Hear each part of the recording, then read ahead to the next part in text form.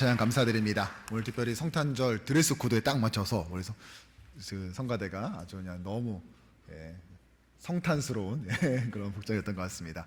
제가 지난주에 깜빡 잊고 말씀을 안 드렸어요. 오늘 예배 오실 때는 꼭 성탄절 드레스 코드를 맞춰 입고 와라를 수요 예배 때 하고 어저께 토요 새벽 예배에 말씀드렸는데, 야, 역시 우리 뉴욕신장로교회는 말씀을 드리지 않아도 알아서 잘 맞춰 입고 오는 이런 훌륭한 우리 성도들과 함께 묵해서 너무 기쁩니다.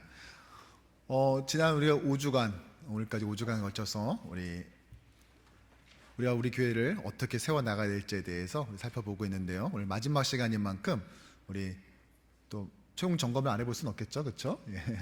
자, 우리 첫 번째 시간, 우리가 교회를 어떻게 세워나가야 된다고 했습니까? 예. 함께여서 행복한 교회. 예. 그래서 우리 지난주 공동회의 때도 나눴지만 앞으로 목양 편성과 또 사역 조직으로 같이 나누어 갈 때 여러분들이 때로는 구역장으로, 또 어떤 분은 사역국에서 여러분들의 섬김을 완전히 필요합니다. 우리 교회의 섬김의 자리들이 많이 여러분들이 들어와서 함께 섬길 곳이 많이 있어요. 지난주 저희 가정으로 올해 등록하신 새 가족들을 초청해서 저녁 식사를 함께하는 시간을 가졌는데, 어떤 집사님께서는 자리에 앉아있지 못해요. 계속 접시 날르면 제가 먼저 가서 날르고, 또 과일 깎으면 또 먼저 가서 갖고 오고 하세요. 왜 그런가 봤더니 이전 교회에서 열심히 섬기시다가 여기 와가지고 앉아서 받아먹는 게 이게 익숙하지가 않는 거죠. 그러니까 몸이 기억을 하는 거예요. 먼저 일어나는 거예요. 제가 그걸 보면서 우리 교회가 어떤 새로운 새가족이 와서 있었을 때 소위 말해서 이제 텃세 부리면서 당신 혼자 만들어서 안 돼, 이게 아니라 누가 언제 왔다 할지라도 특수한 사역이 아닌다면, 예를 들어서 지난주에 등록하신 분이 이번 주부터 재정국 들어간다 그러면 저는 허락 안 합니다. 이런 거 아닌 다음에야 얼마든지 섬김의 자리에 웰컴하면서 기꺼이 받아들일 수 있는 우리 그런 교회, 그래서 우리 함께하는 교회 되기를 소원합니다. 또 가끔 보면은 주일날 갑자기 결정해야 되거나 제가 좀 물어보고 상의해야 될 것이 있는데, 신부장로님들이 자리를 안 지키고 없는 거예요. 그래서 제가 주일날 도대체 어디가 있냐고 했더니 장로님들이 다 교회 본고차 하나씩 끌고 라이드를 가더라고요. 라이드 하는 건 너무 소중한 일인데 그걸 장로님들이 하시니까 제가 사역을 하는데 중간에 좀 이렇게 급하게 뭘 해야 될 때 좀 불편할 때가 있어요. 그래서 그것도 이왕이면 좀 이 짐을 나눠 맡을 수 있으면 또 여러분들 같이 와서 도와주시면은 참 이것도 좋겠다. 특별히 신방을 하면서 노인 아파트에 계신 분들 중에 차량이 없어서 오고 싶은 마음은 있어도 또 올 수 없는 또 그런 분들도 계시더라고요. 새해에는 많은 분들이 함께 교회 사역에 동참함으로써 정말 오고 싶다면 올 수 있는 정말 그런 섬김의 정말 그런 자리가, 우리 모세혈관이 그 영적 모세혈관이 곳곳에 흩어져 가지고 어떠한 영적 사각지대도 존재하지 않는 그런 교회 되기를 주님의 이름으로 축복합니다. 두 번째 주에는 뭐였죠? 두 번째 시간에는 첫 마디부터 따뜻한 교회. 두 번째 선택은 이미 늦습니다. 첫 마디의 선택이 결국은 여러분들의 그 다음 언어를 좌우하게 될 것입니다. 그럴 거야 라고 어수하지 않고 첫 마디부터 결단을 하셔야 돼요. 첫 마디부터 그 방에, 내가 첫 마디를 내딛는 순간 그 방의 온도가 올라갈 수 있는 말을 선택해야 됩니다.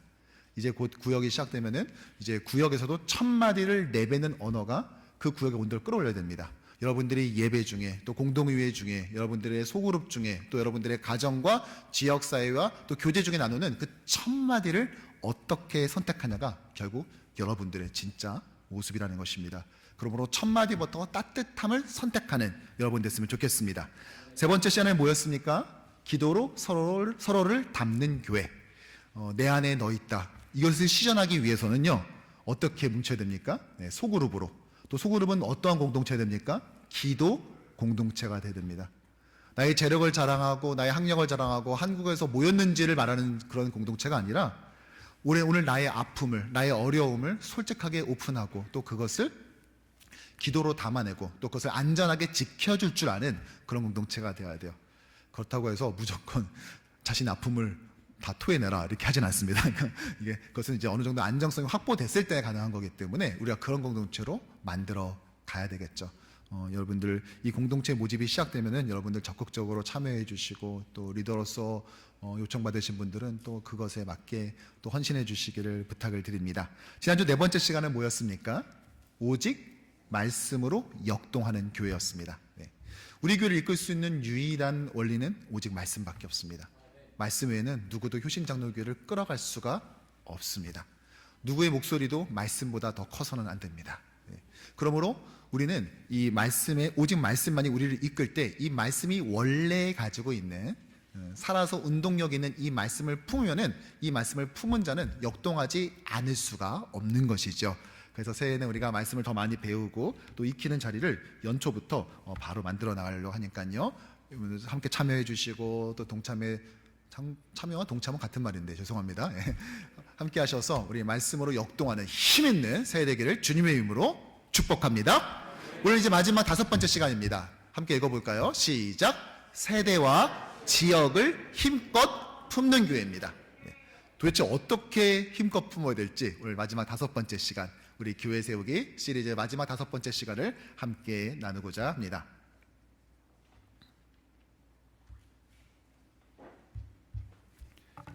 인류가 직면하고 있는 문제 중에서 좀처럼 해법을 제시하기 쉽지 않은 것들이 좀 있습니다. 예를 들어서 산업을 발전시키면서 동시에 환경을 지킨다든지, 또는 최저임금을 올리면서 동시에 사업주나 기업의 인건비 부담을 줄인다 하는 것이겠죠. 이 두 가지를 같이 이루는 것, 또 이 중에서 뭔가 선택하는 것은 쉽지 않습니다. 그런데요, 사실 따지고 보면은 우리가 태어난 지 얼마 안 됐을 때부터 우리는 이러한 선택의 곤란함을 직면하기 마련이죠. 이제 아기가 태어나고 이제 1년이 지나서 돌잔치를 한 거예요. 이제 겨우 맘마하고 있는데 돌잔치 때 어려움을 겪죠. 와가지고 맘마하는 애한테 할아버지 해봐, 할머니 해봐, 고모 할머니 해봐, 큰할아버지 해봐 이러면서 한번 위기를 겪죠. 이 트라우마가 채 가시지도 않았는데 어느 날 엄마 아빠가 나한테 와서 의미심장한 표정을 지으면서 이렇게 묻죠. 엄마가 좋아, 아빠가 좋아? 이렇게 말이죠. 도대체 어떻게 답을 해야 될까요? 근데 이 아이는 정작 그게 중요한 게 아니죠. 벌써 밥때가 지났는데 밥을 안 주잖아요. 그래서 있는 힘껏 외칩니다. 맘마! 그러면 이렇게 말합니다. 거봐, 엄마라고 하잖아. 우리 딸은 내 딸이야. 이러면서 하는 것입니다. 실은요, 오늘 제 설교가 딱 그래요. 무언가를 선택하기가 쉽지가 않은 거예요. 오늘은 예수의 성육신을 기념하는 성탄 감사주일로 지키죠. 또 올해의 마지막 주일입니다. 거기다 지난 5주간 진행했었던 교회에 세워가기 시리즈의 마지막 피날레예요. 이 세 가지 하나하나가 너무 중요한 주제인 것이죠. 어느 하나 놓칠 수가 없어요. 도대체 본문을 저는 어디를 정해야 되는 겁니까? 1년에 한 번 있는 성탄절인데다가 또 올 한 해에 정말 남다른 또 평년도와 같지 않은 그런 한 해를 보낸 우리 효신 공동체에게 또 위로와 또 하나님이 주시는 그 말씀으로 잘 마무리도 해야 되고, 또 앞으로 우리 교회가 어떻게 가야 될지에 대한 목회 철학을 나누는 그 마지막을 용두삼위로 끝낼 수는 없지 않습니까? 그런데 그러다가 이 세 가지 주제를 하나로 묶을 수 있는 본문을 발견했어요. 아니, 더 정확히 말하자면은 교회 시리즈의 마지막으로 이 주제를 다루고자 했는데 오늘 이 본문을 가만히 연구하다 보니까요, 이것이 성탄의 주제와 다름하지 않더라고요. 우리에게 익숙한 바로 마태복음 28장의 마지막 부분입니다. 우리 19절과 20절의 말씀 함께 읽어보죠. 그러므로 너희는 가서 모든 민족을 제자로 삼아 아버지와 아들과 성령의 이름으로 세례를 베풀고 내가 너희에게 분부한 모든 것을 가르쳐 지키게 하라. 볼지어다 내가 세상 끝날까지 너희와 항상 함께 있으리라 하시니라. 아멘. 오늘 이 본문은요, 한 해를 마무리하는 우리에게 있어서, 또 우리가 교회를 어떻게 세워나갈지에 대한 부분에 있어서, 그리고 예수께서 이 땅에 오신 궁극적인 이유에 대한 답을 제시하고 있는 것입니다. 바라기는 오늘 이 말씀 앞에선 우리 모두가 성탄을 맞아 우리 교우들 모든 가정에 그리스도의 은혜와 평강과 기쁨, 특별히 성탄을 맞이해서 우리 공동체에 들려주신 하나님의 그 귀한 뜻과 꿈을 품는 우리 모든 성도 되기를 주님의 이름으로 축복합니다. 오늘 본문은 마태복음의 마지막 부분이에요. 예수께서 십자가와 부활 이후에 공생애를 다 마치시고 승천하기 직전에 주신 말씀인 것입니다. 그래서 주님의 유언이자 마지막 명령이며 예수의 다시 오심을 고대하는 모든 지상교회에게 주어진 과제이기도 합니다. 바로 땅끝까지 가서 복음을 전하라는 것이죠. 그래서 기독교는 기본적으로 선교적일 수밖에 없습니다. 개척교회부터 대형교회까지 모두 다 선교의 중요성을 말할 수밖에 없는 것이죠. 그리고 그러한 교회의 선교적 소명을 말할 때마다 빠지지 않고 등장하는 본문이 있는데 바로 오늘 이 마태복음 28장의 말씀인 것입니다. 근데 사실 이 마태복음은요, 마지막 다 가서 이 선교를 말하는 것이 아니라 아예 처음 마태복음을 시작하면서 그 첫 부분부터 선교를 말하고 있다는 사실 여러분 알고 계셨습니까? 가서 모든 민족으로 제자를 삼으라는 이 명령은 예수께서 승천하시기 직전에, 하늘로 올리시기 전에 맞아 야 이거 숙제 줄 테니까 올 때까지 해 하면서 던지듯이 주신 그러한 주제가 아니라는 것입니다. 예수의 탄생부터 분명하게 예고된 교회의 사명이었어요. 지난 5번에 걸친 수요일과 토요 새벽 예배를 거쳐서 우리가 나눴던 성탄의 5 장면들을 통해서 우리가 살펴본 것처럼 마태는 조금 독특한 방법으로 성탄의 이야기를 풀어가죠. 마태는 2가지 도구를 통하여서 성탄을 이야기하는데, 하나는 족보, 또 하나는 구약의 예언서입니다. 아브라함과 다윗의 자손 예수 그리스도의 세계라라고 말하면서 곧바로 족보를 펼칩니다. 14대 족보를 통해서 말하고자 하는 것이 무엇입니까? 예수가 다윗의 후손이라는 것입니다. 왜요? 이 복음서의 1차 독자인 유대인들은 메시아는 반드시 다윗의 후손으로 와야 된다고 믿었기 때문이죠. 두 번째, 이 미가서 구약 성경의 예언서를 펼치면서 메시아가 베들레헴에서 태어난다는 것을 보여줍니다. 왜? 메시아는 베들레헴에서 난다는 이 말씀을 통하여서 예수님 어디서 태어났지? 그렇지, 베들레헴. 자, 예수님은 다윗의 후손이면서 베들레헴에 태어났어. 그러면 예수님은 누구실까? 라고 독자들에게 묻고 있는 것입니다. 그러면서 1장을 마치고 2장을 넘어가면서 본격적인 마태의 성탄 스토리를 시작하는데요. 이 마태복음의 성탄 스토리의 시그니처를 할 수 있는 동방박사가 여기서 등장합니다. 우리가 영화에서 보면은 어떠한 감독이 자신의 분신 혹은 상징과 같이 애정하면서 자주 쓰는 배우를 우리가 페르소나라고 하죠. 그 배우는 어떤 감독의 페르소나다, 이런 말 하지 않습니까? 누가에게 있어서 누가의 페르소나는 들판에서 양을 치던 목자들이었다면요, 이 마태의 페르소나는요 바로 동방박사입니다. 그는 2장을 시작하자마자 이렇게 소개하고 있어요. 헤로드 왕 때 예수께서 유대 베들레헴에서 나심에 동방으로부터 박사들이 예루살렘에 이르러. 어렸을 적 주일학교를 다니신 분들, 우리 성탄절 선곡 해보셨죠? 예, 그때 어떤 배역하셨습니까? 분명히 동방박사를 해보신 분이 계실 거예요. 또는 이제 목자들이 하신 분이 있습니다. 그래서 보통 교회는 목자파와 동방박사파로 나눠져요. 물론 가끔 요셉도 있긴 있지만 거의 요셉은 대부분 부목사님 자녀들이 하기 때문에 여러분들의 몫이 되긴 힘들었을 겁니다. 네. 그때 몇 명이 등장했습니까? 동방박사 1, 2, 3 이렇게 등장했을 겁니다. 이렇게 동방박사 3명이 낙타를 타고 별을 따라 예수를 경배하러 왔다. 우리가 지금까지 알고 있는 동방박사의 이야기죠. 자, 그러면 이 동방박사, 이들은 누구입니까? 이들을 이해하기 쉽게 해서 동방박사, 우리가 이것을 구분해서 한번 살펴보겠습니다. 먼저 동방이에요. 여러분은 동방 하면 딱 떠오르는 이미지가 무엇이죠? 아마 어르신들은 동방예의지국 뭐 이런 말이 떠오를 겁니다. 그리고 학력고사 세대인 분들, 예. 주입식 교육의 꽃, 이 학력고사 세대는요 달달달 외웠기 때문에 아마 마르코 폴로의 동방견문록 아마 이런 게 떠올릴 겁니다. 그리고 저같이 홍콩 이 느와르 무협 영화가 한참 유행할 때 자란 사람들은요 동방불패가 제일 먼저 생각이 나요. 그리고 이곳에 계신 30대, 40대 여성분들은요, 한국 2세대 아이돌의 시조, 그룹 동방시기가 제일 먼저 떠오를 겁니다. 그렇다면 성경에서 말하는 동방은 어떤 뜻일까요? 성경은 동방에 대해서 어떠한 태도를 취할까요? 성경에서도 동방에 대해 긍정적일 때도 물론 있지만 대부분은 사실은 부정적입니다. 예를 들어 아담과 하와가 선악을 알게 하는 나무를 먹고 나고 범죄했죠. 그리고 난 다음에 쫓겨났던 곳이 어디냐? 바로 에덴의 동쪽이에요. 창세기 3장 24절의 말씀을 보면은요, 이같이 하나님이 그 사람을 쫓아내시고 에덴 동쪽에 그룹들과 두루 도는 불칼을 두어 생명나무의 길을 지키겠다라고 말을 합니다.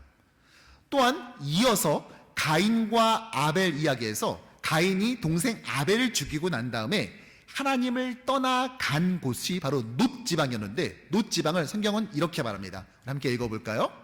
가인이 여호와 앞을 떠나서 에덴 동쪽 놋 땅에 거주하더라. 그냥 놋 지역이 아니라 동방의 놋 지역이라는 것입니다. 동방은 굳이 갖다 붙이죠. 뿐만 아니라 사람들이 하나님을 대적하여 세웠던 바벨탑은 어디였습니까? 창세기 11장에서 이렇게 말하죠. 이에 그들이 동방으로 옮기다가 시날 평지에 만나 거기에 거류하며 성읍과 탑을 건설하여 그 탑 꼭대기를 하늘에 닿게 하여 우리의 이름을 내고 온 지면에 흩어짐을 면하자 하였더니, 역시 동방이죠. 이렇게 동방은 하나님을 떠난 자들이 향하는 곳입니다. 그러면서 자연스럽게 이스라엘과는 달리 우상을 섬기는 이방인들과 그들이 거주하는 곳, 이곳이 바로 동방으로 의미를 굳히게 되었습니다. 결국은 예언서에 이르면 이렇게 말합니다. 이사야서 2장 6절을 보면 주께서 주의 백성 야곱 족속을 버리셨음은 그들에게 동방 풍속이 가득하여 그들이 블레셋 사람들 같이 점을 치며 이방인과 더불어 손을 잡아 언약하였기 때문이다 라고 말합니다. 에스겔서는 이렇게 말합니다. 여호와의 성전을 등지고 그 낯을, 그 얼굴을 동쪽으로 향하여 동쪽 태양에게 예배했다. 하나님께서 이스라엘 버리신 이유, 징계한 이유를 뭐라고 말한다고요? 동방 문화, 즉 이방의 우상 문화를 따랐기 때문이다 라고 말했다는 것입니다. 그런데 오늘 아기 예수를 경배하러 온 사람들이 어디서 왔다고요? 남쪽도 북쪽도 서쪽도 아닌 하필이면 그 동쪽에서부터 왔다라는 거예요. 어쩌면 이 메시아랑 가장 상관없는 바로 그 방향에서 왔다라는 것입니다. 무슨 말이죠? 아기 예수는 당시 유대인들이 생각했던 것처럼 유대인만을 위한 메시아가 아니라 우리 생각에는 도저히 구원받을 수 없을 것 같은 사람, 그 이방인을 위한 구원자라는 것이죠. 무슨 말입니까? 지극히 선교적입니다. 뿐만 아니라 이들은 동방에서 왔을 뿐만 아니라 박사였어요. 사실 제가 어렸을 때부터 제일 궁금한 게 이 지점이에요. 이 박사님들인데요, 어디서 박사학위를 받았을까요? 아이비리그입니까? 아니 그러면은 전공은 뭐예요? 별을 봤으니까 천문학입니까? 아니면 헤롯 궁전에 왔으니까 정치외교학이에요? 무슨 박사를 받았으면 무슨 디그리 전공이 있었을 거 아닙니까? 메이저가 있었을 거 아니에요. 실제로 슬라이드 보여주면은요, 한글 성경에선 박사라고 했지만요, 영어 성경에선 현자, 지혜자라고 합니다. 그리고 천주교에서는 왕이라고 말해요. 그리고 그 외에도 조로아스터교 사제가 아니냐라는 추측들이 난무합니다. 그런데 제일 중요한 건 성경이 어떻게 말하냐 하겠죠. 성경에서 말하는 이 박사는요, 사실은 마고스라는 단어예요. 마고스.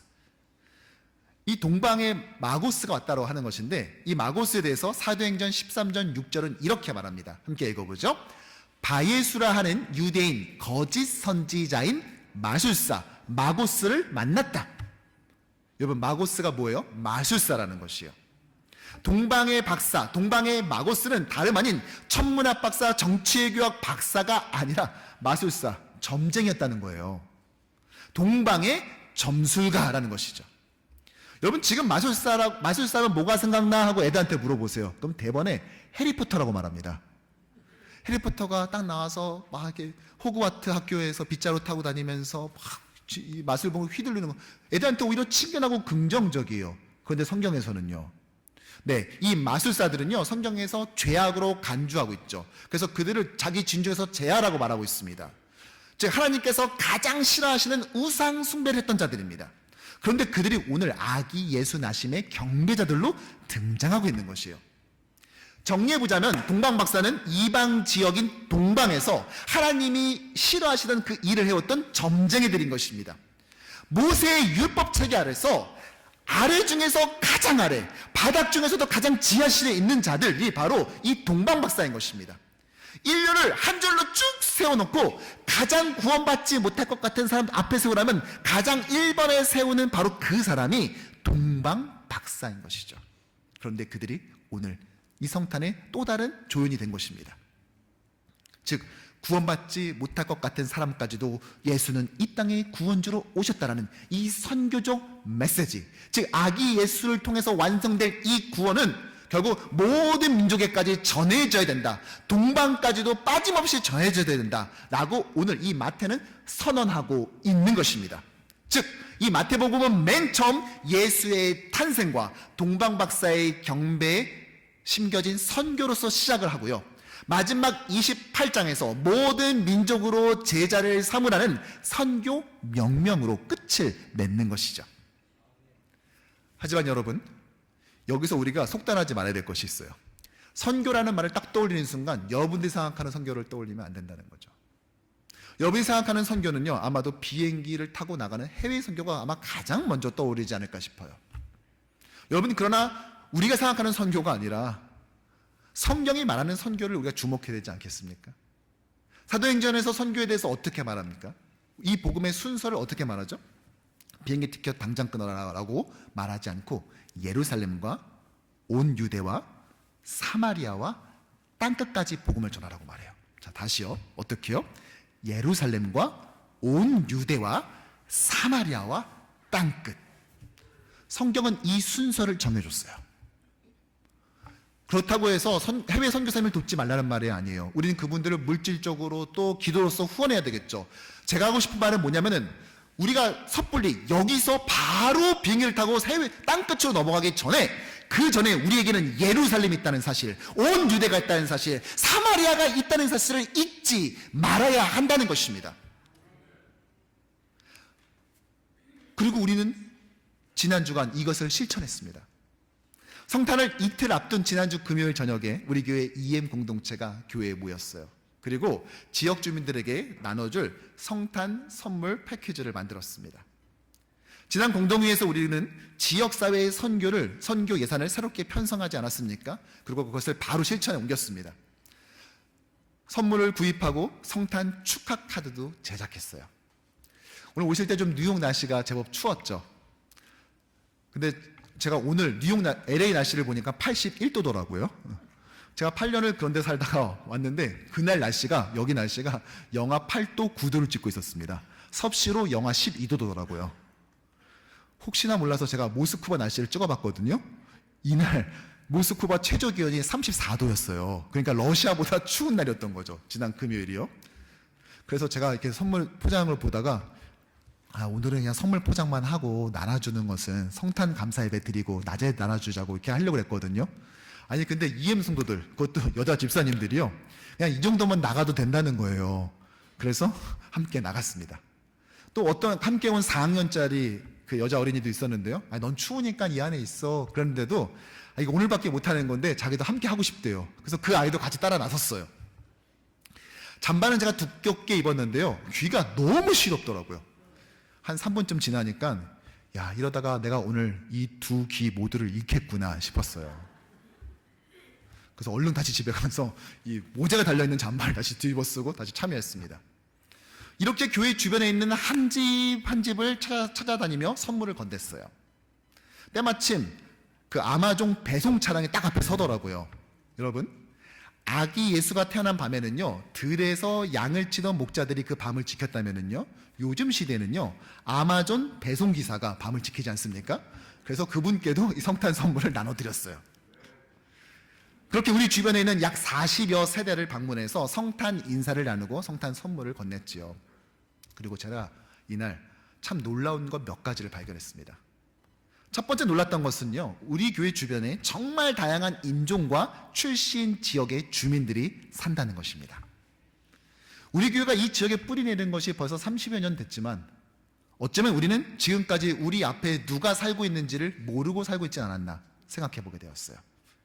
우리 교회 앞에 나가서 가장 가까운 집까지를 제가 걸어보니까 약 30걸음 나오더군요. 불과 30걸음 떨어진 그곳에 우리는 그분이 어디서 온 분인지, 그분이 예수를 믿고 있는지 우리는 관심을 가지고 있었습니까? 그 다음에 놀라운 것은요, 추운 날씨였음에도 불구하고요, 너무나 따뜻하고 반갑게 환영해 주더라는 거예요. 우리는 두꺼운 외투로 완전 무장을 했지만 그분들은 지금 똑똑거려서 열었잖아요. 그 얇은 평상복을 입고 계시는데 찬바람이 계속 안으로 들어가니까 죄송해가지고 그냥 짧게 인사하고 선물만 주고 빨리 나오려고 했습니다. 아니 그런데 우리를 붙잡은, 우리가 그곳에 머물렀던 거는요, 우리가 아니에요. 그분들이 우리를 붙잡고 있는 거예요. 아, 요 교회냐고. 그러면서 막 이것저것 물으시고 너무 반갑게 맞아주시는 거예요. 참 많은 것을 깨닫고 생각하게 되는 밤이었어요. 성탄의 의미가 무엇인지를 깨닫는 거예요. 성탄하면 뭐 가난한 사람을 도와주고 항상 우리가 이렇게만 가지 않습니까? 아무렇지도 않게요. 그런데 오늘 말씀이 계시하고 있는 그 방향이 무엇인지를 깨닫게 되었어요. 많은 한인교회들이요, 선교를 강조하면서 정작 자기 예배당 주변엔 누가 사는지, 그들이 어느 나라에서 왔고 복음을 간직하고 있는지에 대해서는 알지 못한다는 것입니다. 예를 들어 멕시코의 선교센터는 세우지만 우리 교회 바로 옆에 사는 멕시코 이민자에게는 그가 예수를 영접했는지에 대한 진지한 질문을 하지 않고 있는가 생각해 봐야 된다는 거예요. 하지만 이번에 제가 직접 주변 이웃들을 얼굴과 얼굴을 맞대고 만나니까요, 그들은 이미 우리의 이야기를 들을 준비가 되어 있었습니다. 오히려 환영해주고 궁금해하고 이 교회 어떻게 하는지, 이 안에서 무슨 일이 벌어지는지, 아니 건물이 큰 게 이 안에 여기 딱 옆에 있는데 이 안에서 뭐가 이렇게 활발하게 이루어지는지 너무 궁금해하더라고요. 뿐만 아니에요. 우리 시선이 너무 먼 곳에 멈춰 있어서 내 옆을 보지 못하고 있는지를 성찰하면서요, 선교지에 지금도 열심히 일하고 있는 선교사님들을 위해서 기도해야 되지만, 지원해야 되지만, 동시에 우리는 이곳 예루살렘을 챙겨야 된다는 것을 깨달았어요. 왜냐하면 우리 교회를 많은 지역이 있지만 하필이면 이 지역, 이곳에 심어 놓으신 하나님의 분명한 뜻이 있기 때문인 것입니다. 하나님은 결코 동작구 사당동에 있는 어떤 교회에게 너는 뉴욕 복음화를 위해서 무엇을 했니라고 결코 묻지 않으실 거예요. 하지만 우리에게 물으실 겁니다. 즉 우리는 예루살렘, 유대, 사마리아 땅 끝으로 이어지는 이 점진적 순서를 항상 기억해야 된다는 것이죠. 제가 이번에 행사를 준비하면서 이해 목사님께 특별히 부탁드린 게 한 가지 있습니다. 성탄 카드 마지막에 꼭 이 문구를 넣어달라고 했어요. 당신의 좋은 이웃 뉴욕 효신 장로교회로부터. 우리는 결정해야 합니다. 이웃에 살 것인지 아니면 이웃으로 살 것인지, 그냥 우리가 있는 이 위치가 내 옆집에 있는 그냥 이웃에 있는 것인지, 아니면 정말 이들과 더불어 함께 가는 그 복음을 나누고 선한 영향력을 끼치는 이웃으로 살아갈 것인지 우리는 결정해야 됩니다. 참 재밌는 것은 어떤 분은요, 이 교회에서 제일 가까운 집을 갔는데 마치 한국 분이시더라고요. 그러면서 아유 안녕하세요 어르신, 제가 여기 앞에 교회에서 왔어요. 저희 때문에 때로는 좀 소음도 있을 수 있고 주차도 불편하실 때도 있으실 텐데 아유 감사합니다 했더니요, 그러면서 제가 이 교회 새로 부임한 담임 목사예요. 그랬더니 저를 너무 반가워하시면서 놔주질 않는 거예요. 무슨 말씀을 하시냐, 내가 거기 교회 가끔씩 가는데 교회 건물이 너무 깨끗해졌다고 하시면서 엄청 칭찬을 하시고 이 말을 몇 분씩 하시더라고요. 제가 나오면서 참 신기했어요. 세상에, 제가 유치원 졸업한 이후에요, 제가 제 방 잘 치웠다고 남한테 칭찬받기는 처음이었어요. 무슨 말이죠? 우리가 잘 되기를 우리만 원하는 게 아니더라고요. 세상도 우리가 잘 되기를 원하고 있다는 것입니다. 세상도 우리를 통해 무엇인가 듣기를 원하고 기다리고 있다는 것입니다. 다만 우리가 그것을 눈치채지 못했기 때문이죠. 여러분, 세상은 지금 목말라 있습니다.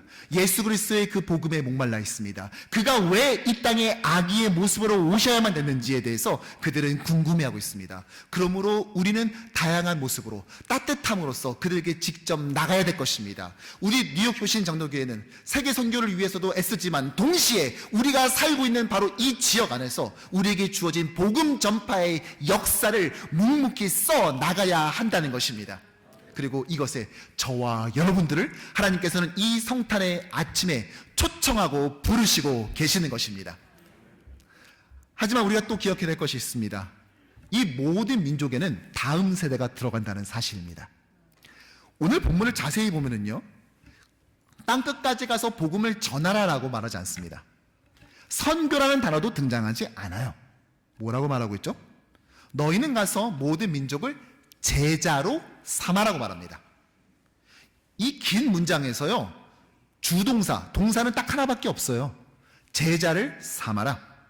제자를 삼기 위한 방법이 세 개의 분사로 나타나는데, 하나는 가야 돼요. 일단 가야 되겠죠. 두 번째, 사례를 주래요. 세례를 준다는 건 뭡니까? 예수 그리스도를 증거해서 영접시키라는 거예요. 그리고 마지막에는 가르쳐 지키게 하래요. 양육과 훈련이죠. 우렁각시처럼 복음만 살짝 전하고 빠지는 것이 아니라 그들에게 지난주에 배웠던 것처럼 말씀을 가르쳐서 오직 말씀의 인도함을 받는 역동적 공동체로 만드는 것까지가 바로 선교인 것이죠. 그런데 이 제자로 세우는 데 있어서 우리의 다음 세대도 있다는 것입니다. 오른쪽으로 30걸음 떨어져 있는 옆에 이웃도 우리가 전해야 될, 제자로 삼아야 될 자들이면서 동시에 90걸음 정도 떨어져 있는 이 교육 문화가 안에 있는 우리 다음 세대 역시도 우리가 제자로 삼아야 될 또 다른 민족이라는 거예요.